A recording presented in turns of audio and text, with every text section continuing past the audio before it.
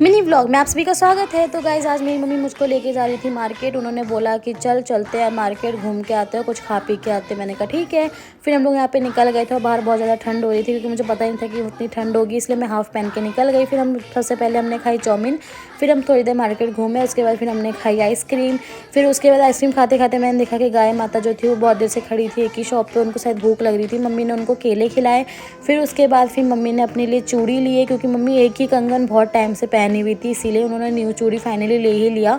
Then फिर हम लोग आ गए घर की तरफ। तो गाइज़ ये वाला जो टेक लिया था मैंने, इसको एंडिंग के लिए लिया था। उसके बाद मैं इस टेक को लेने के बाद सो भी गई थी।